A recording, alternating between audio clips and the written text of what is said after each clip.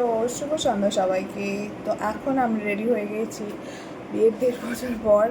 এখানে পয়লা বৈশাখে যেহেতু কলকাতা আছি, দাঁড়িয়ে আছি, তাই জন্য এখানে হালখাতা পেয়েছি। তাই ভাবলাম এই সুযোগটা মিস করা যায় না। আগের বছর হালখাতা থেকেও আমরা যেতে পারিনি, কারণ আমরা পাঞ্জাব ছিলাম। তো এই বছর যখন বাড়ি আছি, তো যখন হালখাতা পেয়েছি, তাই ভাবলাম চলো হালখাতায় যখন পেয়েছি চলেই যাওয়া যাক, মিস করে লাভ নেই। তো এখন যাচ্ছি রেডি হয়ে, এখন আমরা যাচ্ছি হালখাতা করতে।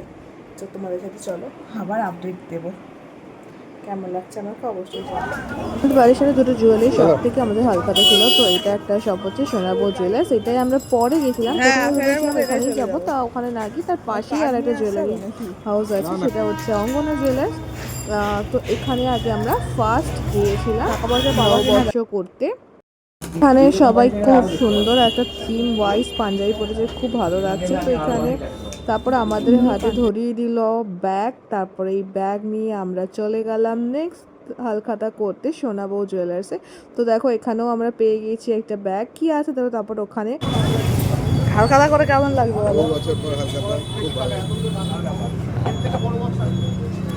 সুন্দর সাজিয়েছে। চলো আমরা খেয়ে নিই। এই যে দুটো ব্যাগ পেয়ে গেছি, ঘোরাও ব্যাগটা ওইদিকেটা। হালখাতা করে এখন খেতে এসেছি ফুচকা। ওখানে আমি একদিন বলছি ঝাল দিতে, স্যার শুকনো লঙ্কার গুঁড়ো দিয়ে দিয়েছে। ওখানে আবার যে পেঁয়াজটা দেয় ওপরে। আমার ভালো লাগে না।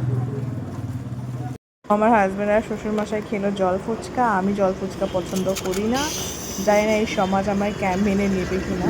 আমি নিয়েছিলাম 1 প্লেট দই ফুচকা, সেটা আমি বাড়ি এসে খেয়েছি, আর ওই টিপটা নেওয়া হয়নি একটু টক আসলে। দিয়ে নেবো। কেমন লাগছে বলো?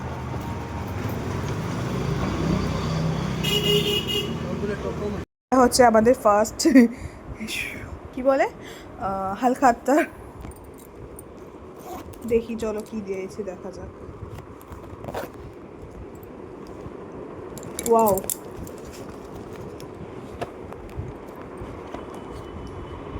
দিস ইজ পিওর লাভ। দেখো কত সুন্দর দিয়েছে। আর একটা ফুল পঞ্জিকা দিয়েছে। তো নেক্সট হচ্ছে এইটা। তো ওখান থেকে দিয়েছে হচ্ছে শনপাপড়ি, কোকা কোলা, আর একটা ক্যালেন্ডার। এই যে মা লক্ষ্মীর ক্যালেন্ডার, সুন্দর। তো চলো টাটা।